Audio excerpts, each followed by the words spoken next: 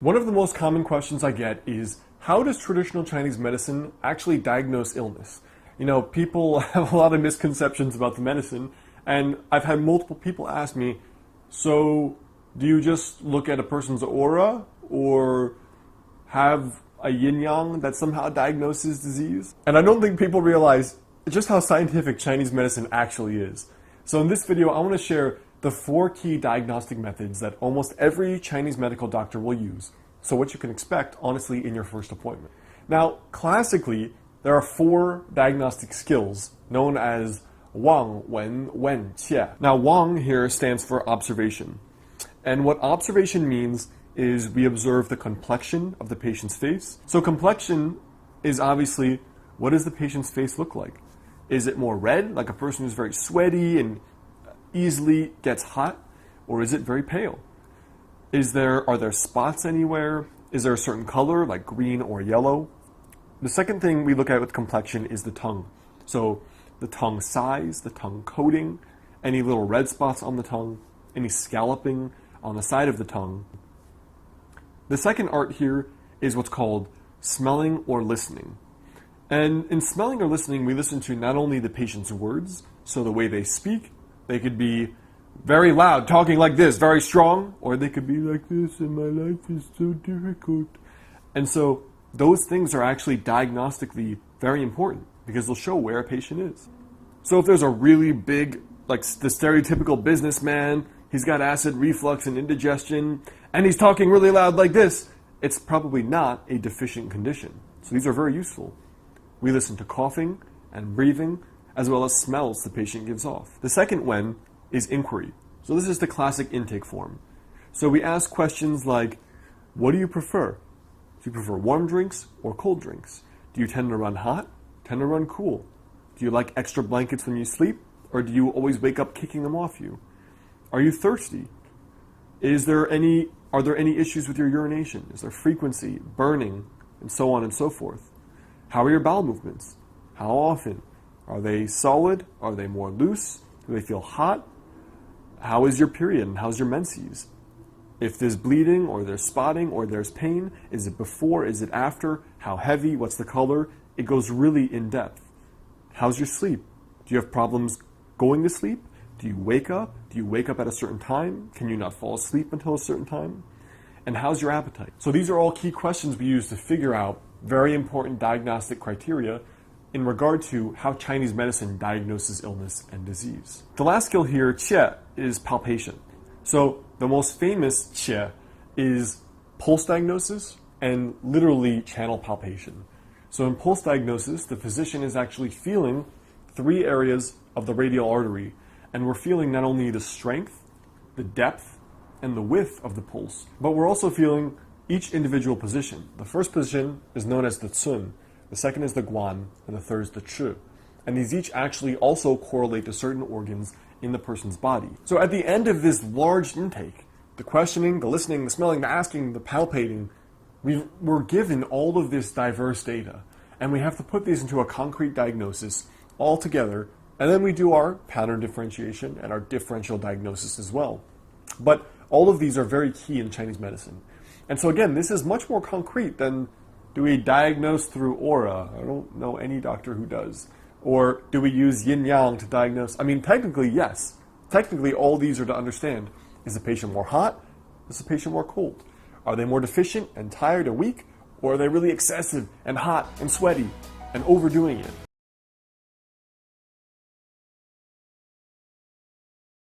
How should you really be eating according to traditional or classical Chinese medicine? Now in this video, I want to introduce you to not only the foundations of dietetics or the traditional Chinese medicine diet, but also the overall encompassing theory of how diet plays into the underlying Chinese medical theory.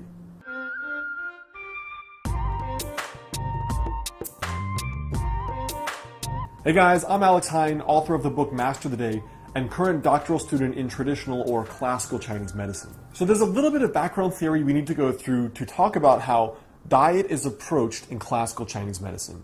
So the very first thing is that organs are associated with certain natures and flavors. So what that means is, for example, the spleen and the stomach are an organ pair that are linked, and they are associated with the flavor of sweet. The lung and large intestine, they are an organ pair, and they are associated with the flavor of spicy or acrid. The kidney and the bladder are considered an organ pair, and they are associated with salty. The liver and the gallbladder are an organ pair, and they are associated with the flavor sour. And then the heart and the small intestine are an organ pair, and they are associated with the flavor bitter. Now, what this means is that the ancient physicians observed that there was a relationship between certain foods and certain organs. So, for example, with spicy or acrid and the lung, it might be like, what is it? This is some hippie stuff. But if you think about what happens when you eat some really spicy chilies, what's the first thing that happens? Well, first of all, your nasal passages open up like this. Mucus starts coming out of your nose and your throat. You start salivating. The lungs open up more. It's because of the spicy nature of that food. And this is what the ancients observed regarding how food affects physical organs in the body. But the first concept here is understanding the energetics of food. So really what this just means is understanding the qi and the flavor. So the qi is typically the temperature of the food. And the flavor is the 5 flavors that we just talked about. So the qi could be, for example, hot, warm, neutral, cool, or cold. And the flavors are typically sweet, spicy, sour, bitter, and salty. So some examples of the qi or the temperature are something that's hot would be something like alcohol, or ginger, chilies, or peppers. Cool could be fruit juices or tomatoes, bananas. As far as meats go, warmer meats are beef and chicken, and then grains, for example, are typically on the cooler side of the spectrum, like barley, tofu, and wheat. So now when we expand this a little bit, and we associate certain flavors and foods with certain organ systems, this is what this begins to look like. You have the spleen and the stomach, which are associated with sweet, and are also associated with bananas, chicken, milk, pork, potatoes, and wheat. The lung and large intestine are associated with spicy or acrid, and are associated with things like garlic, ginger, or chilies. The kidney and the bladder are associated with salt, like salt, crayfish, or oysters. The liver and gallbladder are associated with sour, like apples, grapes, plum, and even some cheeses. The heart and the small intestine are associated with bitter, with things like celery root, coffee, some tea, and some lettuces. Alright, so what does all this actually have to do with illness and with medicine? There are 2 really important concepts that it comes down to when it comes to what to eat based on your body, your constitution, your body's preferences, which one could call constitution, and if you already have an illness or not. So the first habit is to balance flavor and nature inside your own body based on where your body currently is. So let's say, for example, you have heat symptoms in your body. You always run hot, your face gets flushed easily, you sweat easily. The foundational principle is to avoid eating too much hot and spicy food. It's pretty obvious, right? If you're already that hot, you probably don't even crave eating spicy foods to begin with. But you could also add in the addition of more cooling foods, cucumber, fruits, some of the grains that we mentioned before, as well as a whole list of cooling things. The second habit is to basically eat in certain ways that are associated with the health of the organ that you may have out of balance. So again, this is not necessarily something that would show up on a biomedical blood test or an exam from your physician. This is a Chinese medical diagnosis. So let's say, for example, like me, you have something called spleen qi deficiency. You show symptoms of bloating, of constipation or even loose stools. You look pale, you're kind of low energy, you feel weak and tired sometimes. This would be a dietary approach for someone with spleen qi deficiency. And some of the key habits would be, for example, avoiding having larger meals, because that by itself puts more stress on the digestive process. Avoiding the overall flavor of excessive sweet, sugar, and sweet things, because if you have a weak spleen, your body's already having a hard time digesting those. Avoiding too many cooling foods, because again, your digestion overall prefers warmth, but especially in the case of a spleen qi deficient person. The fourth would be avoiding dairy, because it's considered cold and damp. And cold is bad for the spleen when there's already weakness, in this case of a person that has a weak spleen. And dampness you can associate it with phlegm, for example. Like if you have a whole bunch of yogurt and you have mucus and saliva, That's bad for a person with an already weak spleen. And then finally, you should eat more meat and fish, because we talked about that are more warming. And then have more warming vegetables, warming teas, and warming spices and flavors. And this is considered what's called a constitutional approach to wellness, the overall management of your unique body over the length of your lifetime. These are specific processes and recommendations you should follow.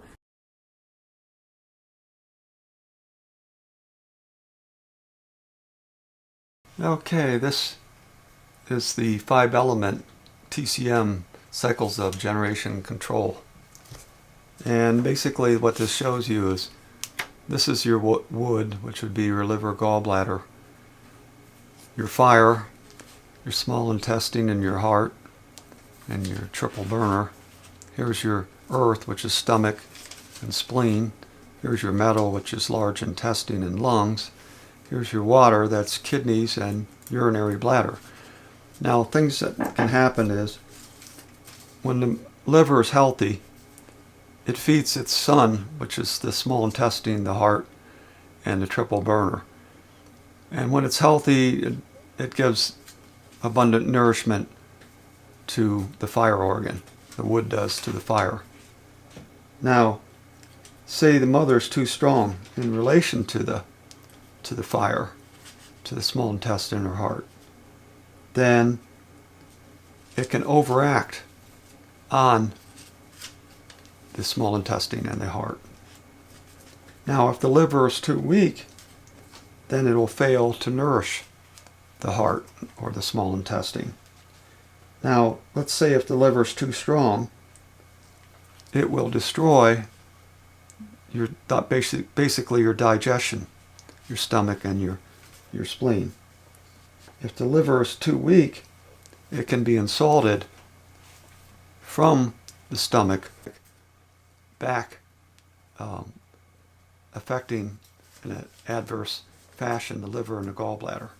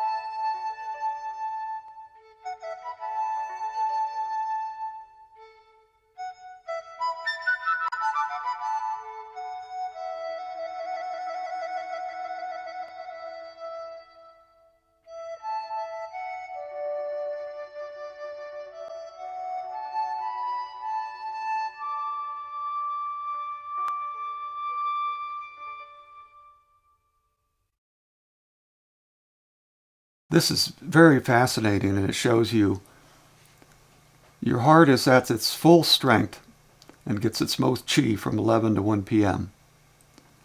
Your small intestine from 1 to 3 p.m. Your bladder from 3 to 5 p.m. Your kidneys from 5 to 7 p.m. Your precardium from 7 to 9 p.m. Your triple burner from 9 to 11 p.m. Your gallbladder from 11 to 1 a.m. Your liver 1 a.m. to 3 a.m. Your lungs from 3 a.m. to 5 a.m. Your large intestine from 5 a.m. to 7 a.m. Your stomach from 7 a.m. to 9 a.m. Your spleen 9 a.m. to 11 a.m. Any of these organs, if they're not in the best of shape, the symptoms will be most apparent during these times that you see on the clock. In other words, like right now I'm fasting and I'm up guaranteed from 1 to 3 a.m. because my body is doing a tremendous amount of detoxification. It's overworking the liver, so it wakes me up to ensure that the liver gets more blood, and by getting more blood, its energy increases, its level of functioning increases dramatically. So by being awake, it makes sure that that liver is getting lots of blood so that I can detox properly. Pay attention to if you're during the nighttime and if you always wake up at a certain time, that it could point to the fact that maybe you have a problem in that particular organ. This shows you that the various parts of your face will reflect the condition of your internal organs.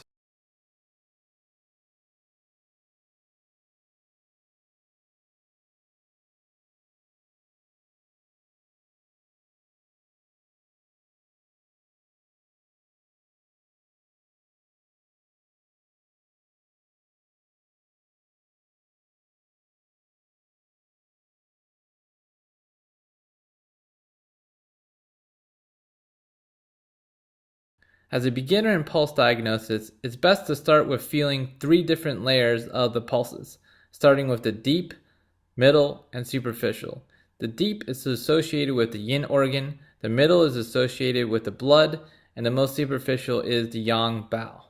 To start reading pulses, try to press down until you can't feel a pulse anymore, then slightly release. That is the yin organ. To find a yang bao, just slightly touch the skin, just feeling the pulse. That is the yang bao. And in between is the blood. This is a good beginning in pulse diagnosis. The fire phase pulses are the first pulses that we will identify. They are located on the patient's left wrist. Being on the left wrist of the patient, the physician must place his or her right index finger on the cubit of the patient's left wrist. To feel the heart yin organ pulse, press down until you can't feel the pulse anymore. Then slightly let up. That is the yin organ. Identifying the small intestine pulse, it is the most superficial yang bao pulse. So it is just on the surface of the skin where you can feel the pulse. That is the small intestine pulse. And in between is the blood pulse. That's the 3 fire pulses. To identify the wood phase, you must place your middle finger right next to your right index finger. To find the liver yin organ pulse, you must press until you can't feel the pulse anymore and then let loose. That is the most deep pulse, and that's the liver yin organ. To find the gallbladder pulse, you must let loose until you are barely touching the surface of the skin. That is the gallbladder pulse. And to find the liver blood or the wood blood pulse, it is the pulse that is found in between. And there you have the 3 wood pulses. The last pulse on the left wrist is the water pulses. To identify the water pulses, you must place your right ring finger right next to your right middle finger. To find the kidney yin organ pulse, you must push down until you can't feel the pulse anymore. Then slightly let up. That is the kidney yin organ pulse. To feel the bladder yang bao pulse, you must ever so slightly touch the surface of the skin until you can feel the pulse. That is the bladder yang bao pulse. And the middle pulses represents the water blood pulses. This concludes all the pulses on the patient's left wrist. Now we should move to the patient's right wrist to get a better understanding of pulse diagnosis. Starting with the patient's right wrist, we'll begin with looking at the metal pulses. To examine the patient's metal phase pulses, we will place our left index finger on the patient's right wrist. The deepest level is the yin organ, which is the lungs. The most superficial layer is the large intestine, which is the yang bowel. And in between is the blood of the whole system of metal. The next pulses on the patient's right wrist are the earth pulses. Similar to the patient's wood pulses on the left wrist, the earth pulses are found on the patient's right wrist, utilizing the physician's left middle finger for identification. The deepest layer of the earth pulse is the yin organ, which is the spleen.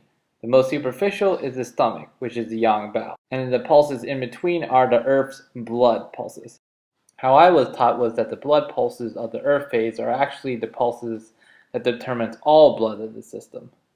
The last set of pulses on the patient's right wrist are the yin-yang pulses, also known as the ministerial fire pulses.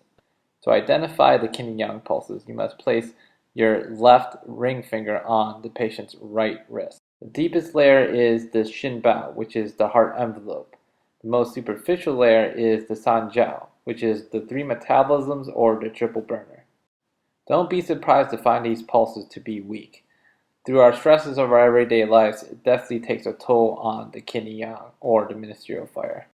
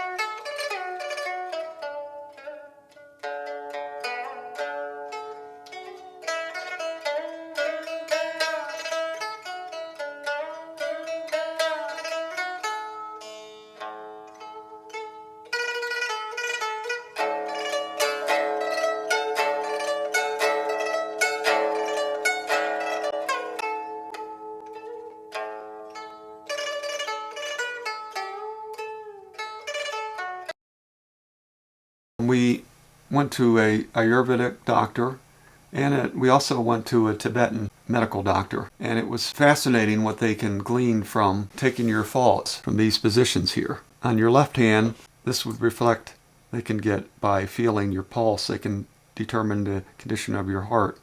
The middle position, your liver, and over here they can tell the condition of your kidney. For your right hand, they can tell the lung, the spleen, and the kidney. And my Ayurvedic doctor was taking my pulse, and all of a sudden she went, whoo, and left go of my hands. And she said, you have much fire within. And so part of the thing when I fast, I've done fasting over the years, and I've noticed it does me a lot of good because I drain that excess fire out of my system. And then I have much less chance of inflaming the various parts that are prone to inflaming in my body. And also what they discovered, both the doctors using two different, the Ayurvedic and the Tibetan approach, was that my liver was fatty, and also they said my kidneys were cold, so my kidneys were weak. And I also went to a TCM doctor, and he said I had kidney qi deficiency and also spleen qi deficiency and stagnant liver qi. Well, the liver will stagnate if it's fatty. And I was even asked by the one doctor whether I used alcohol every night, prescription drugs, or street drugs.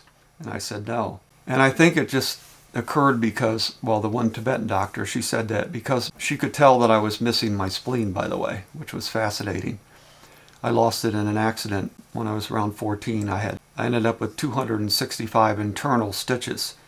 And I think that's affected also my propensity to getting cancer. But getting back to losing the spleen is like your garbage collector of your body. It's heavily involved in your whole lymphatic system. And it's like little garbage collectors that gather up toxic debris from your body and then, move it along, and then so you can get rid of it. When your spleen is weak, and I probably have spleenettes because when you're in an accident, your spleen will mine ruptured, but it'll still form little spleenettes normally. So I don't have 100% spleen, but I have some spleenettes. Since my spleen isn't functioning at optimal, it makes my liver work harder. So I'm going to be prone to fatty liver. And also working 70 to 80 hours a week for basically going on like 10 years, trying to be an entrepreneur. I've overworked the liver, and that can lead the liver to get fatty. In TCM, they will also look at your fingernails. Your thumbnail, if it's nice and healthy looking, it's great, but if it isn't, it could mean that your brain, your excretory system, and reproductive systems are having difficulty. Your index finger would mean that if it's having the fingernail doesn't look good, it means your liver, your gallbladder, and nervous system, especially if the nail is brittle, grayish yellow, or dark green. Your middle finger, if it's not looking healthy in the fingernail, is your circulatory system and the presence of heat in the body. Your ring finger nail is your reproductive organs, your hormonal balance. Your pinky fingernail shows your digestive system, gastrointestinal tract, including the stomach and the small and large intestine.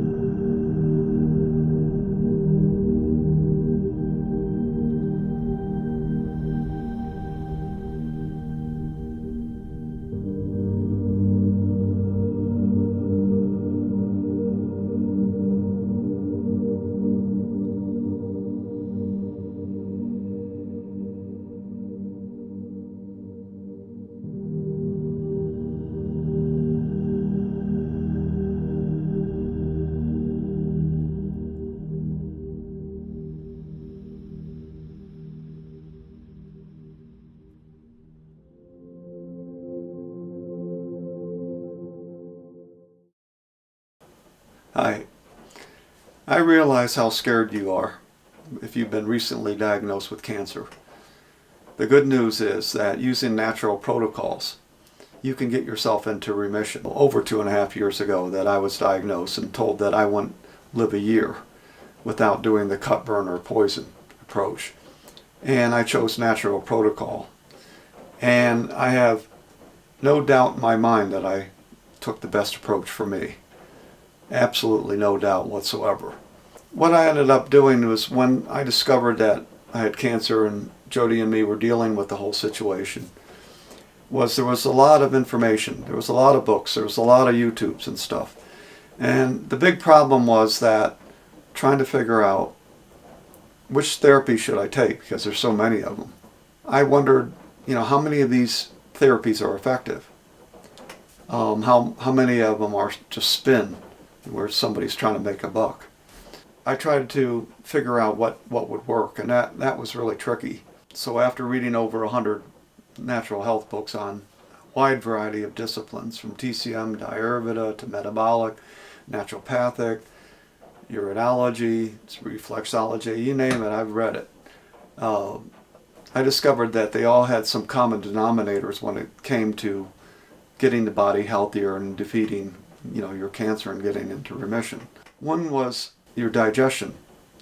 You have to have strong digestion. If you don't have strong digestion, then you don't break down your food. And when the food isn't broken down, you have large particles that go through your intestinal system. And they're breeding grounds for pathogenic type of critters that you don't want inside of you. Bacteria, yeast, protozoa. All that bogs your system down and overruns. It helps to put a burden on your immune system. So you need to have strong digestion. You don't want to feed any bad critters in your body. The next step is you have to assimilate and absorb properly. And to assimilate and absorb properly, you have to have in your small intestine, where your bile, your digestive juices from your stomach hydrochloric acid, betaine, your pancreatic enzymes, all of them come together in that point. And it has to be an alchemy to have it all make the most energy for your body. So you need to have a really good absorption, assimilation in that part of your body, including in your large intestine, which assimilates a lot of stuff. The next thing is you have to have good detoxification. Your main organ of detoxification is your liver. And as you saw from the TCM model, everyone with cancer has a liver that's sluggish. So that's an organ you have to really focus on, get it working properly. And that takes time. You have also your large intestine. You have to make sure you don't have a toxic bowel, and that you have enough fiber, you have the right kind of fiber, that you're going to the bathroom at the regular times, and you keep making sure that waste that's down there is getting out of your body instead of filtering back up through the portal vein back to your liver, putting a burden on. You have your skin that helps you with your detoxification. You have your kidneys. You have all these different organs or glands that have to be working properly to make sure you detoxify properly. If you are detoxifying properly, your immunity is going to be much stronger. So all these things that really a doctor can't do for you, you can only do for yourself. So this series puts together how you can do all this stuff, how you can make yourself extremely healthy. And lastly, it's your immune function, which is absolutely critical. The immune function can't have too much, bad critters in your body overrunning it. It has to be able to focus just on your cancer to eliminate it. In short, you have to have good digestion, good assimilation and absorption. You have to have good detoxification and good immunity. All of the books, over 100 books, I read them all of them break down to those 4 main factors. If you get those main factors on your side working for you, then you can easily defeat cancer. Bill Henderson, in his Cancer-Free book, Bill had interviewed 6,000 people. His wife died of a slow, painful death from chemo. And he was the owner, and he had originated a very large, successful corporation. So he put one of his men in charge, and he devoted the rest of his life to helping people. So he would take phone calls from anybody in the world, collect or whatever, and you just tell them what natural protocol you used and that you got better. And he wanted to see which protocols people were using, and he really didn't go to the doctors. He just went to people where it worked. After interviewing 6,000 people, this is very, very important point. After 6,000 people, this is an exhaustive search that he did. He wasn't doing it for the money, he was doing it just to help people. He found that most cancers are easier to treat than type 2 diabetes. I know everybody's going to be absolutely floored hearing that, but I feel it's the truth. I got myself into remission. I just had to work my program and stay disciplined and stuff and do what I had to do, and I got myself in remission. I'm overworked. I'm still completely overworked. I'm trying to make a go of HA Funland and doing another business, or general contracting, and making this docuseries. So I definitely need to rest more, but I needed to get this series out there, I felt, to help you out there. Frankly, I've been doing this for over 2.5 years, this docuseries, and it's exhausting. And I'm coming around, I can see the finish line. And I'm very, very happy because it's been a lot of work to come up with a 10-part series. I'm not out to make any money. I have this open source, free to everybody. I will not take a penny for anything. I do this for spiritual reasons. So I know you're going to get better. I know you can learn from this series, and you can learn from other people as well. But stay positive. Get a program together. This will show you how to specifically get a program that's best for you. And get yourself into remission, and just know, absolutely know, that you are going to get better. Godspeed to all of you. I have love in my heart for you, and so does Jody. Good luck. Peace, love, and unity to everyone. Goodbye.